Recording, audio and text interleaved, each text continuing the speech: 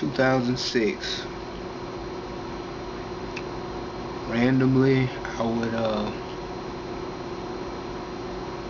stumble backwards. I'd have to just take a step back, and it would happen ever so often. And I didn't think anything of it. I thought it was just me being clumsy. And it would just happen ever so often, randomly, out of nowhere. I'd go months where it wouldn't happen, and then another time it would happen. Fast forward to 2007. At this time, I was going through, at the time I was still very heavy, and I was going through issues with my cholesterol and high cholesterol and pre-diabetes. It runs in the family. My mom and my father have diabetes. So I was getting treated for that. Not treated, but trying to find out if I had it or not. And then when I go to sleep at night, when I lay down, I randomly get dizzy. The whole room would start spinning. I'd get vertigo. Again, didn't say nothing about it. Excuse me. Didn't say anything about it. I left it alone. And fast forward to the summer of 2007. I started getting numbness in my shins and feet. Being that I was being treated for pre-diabetes, I assumed that it was neuropathy, which is a symptom people with type 2 diabetes, maybe diabetes period, get. So I left it to that, and I left it alone. Then the last straw came, and I want to say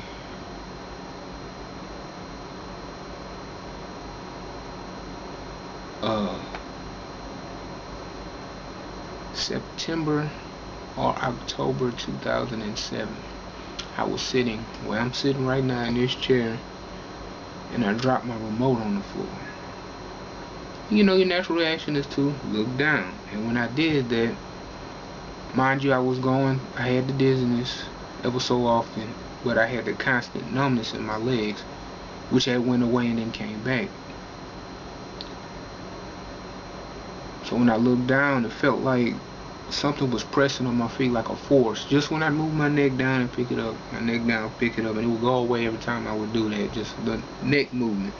So I typed it in on Google.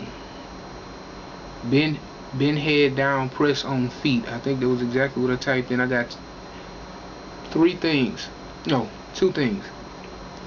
One was multiple sclerosis, and the other one was, it was three things, yeah.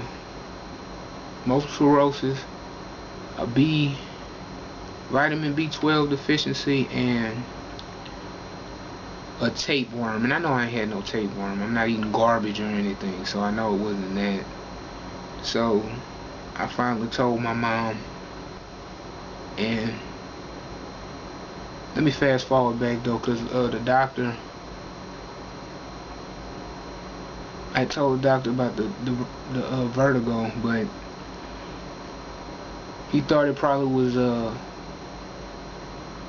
maybe an inner ear thing, so he was going to send me to ear, nose, and throat for that, but they canceled the appointment, and that's when that last symptom happened. He said, this doesn't sound normal, all these different things you have, and so I'm going to send you to a neurologist. Now, the neurologist I see now is not the original neurologist I saw the first time. Dr. Sconser was the original, but during the first part of testing me, he got sick, and Dr. Timothy Best, who is my neurologist now, took over. So Dr. Sconser said he ran some regular old test in the office, with the testing to see if I felt this, that, smile and all these other things, follow my finger, etc., etc. He said, I'm going to schedule all these tests. Your doctor might think it's overboard, but I'd rather be safe than sorry. And he was very wise for testing me for all the things he did, because that's how he found the diagnosis of MS. So, ran different tests. The first test, forget those tests because I can't remember the name of them, but the main ones is that was the first time I'd ever been in a MRI machine. They did the MRI. They saw the lesions on the brain. They called my mom and told her, she cried about it and all that. And she told me about it. I didn't really have much to say, I think, on it. And then after that, they scheduled a spinal tap. So I went and had that done. They got the results back for that, and everything led to a final diagnosis of multiple sclerosis. So I ran that. They got the results back. They wanted to send me to a neurologist who was a specialist in multiple sclerosis in Houston, Texas, at the Baylor Methodist Hospital.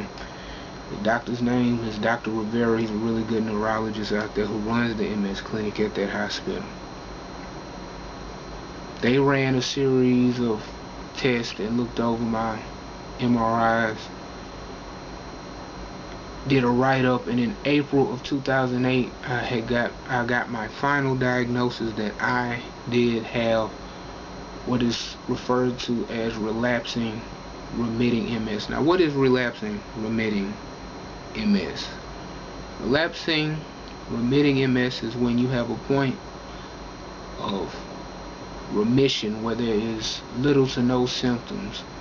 Then you have, when you relapse, is when everything's at a really all-time high, and that is what I have. I've had a very, very long list of symptoms, which I'll get to. I think I'm gonna make this like a 2 or 3 part series, so this will be part 1. So I was diagnosed with relapsing remitting MS in 2008.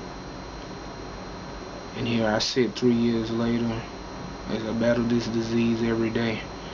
This week, March 14th, Monday, March 14th through Sunday, March 20th is the National MS Society's MS Awareness Week. In the description box, I will put a link to the National MS Society's official website where you can see the different things that they do, and I also will put a donation link. I encourage anybody who watches this video and can afford to please give a token, excuse me, to this foundation, as they help many people with various supplies that they need. They give scholarships, and most importantly, research and to help patients buy medicine, as medicine can run anywhere from $12 all the way up to $50,000 to $75,000 a year. And this is an amount of money most people don't even make in a year.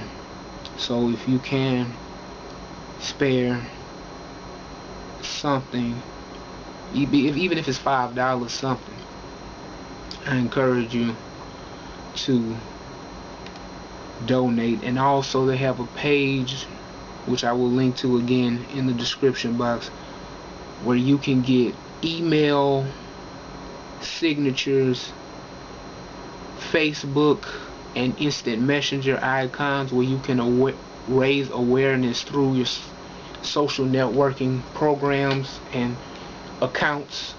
You can also, on your Facebook, put the icon, and in the description box explaining under the picture, you can say that this is to represent MS Awareness Week, which is again Monday, March 14th through Sunday, March 20th,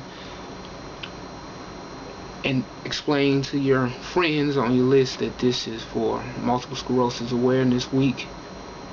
And you can also put a link, which again, like I said, I will be putting in the description box, that this will be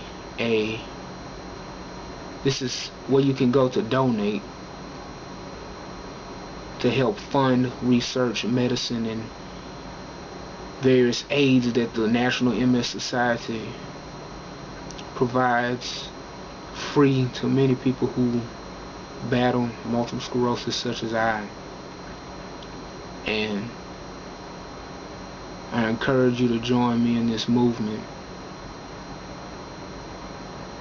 Good night and God bless.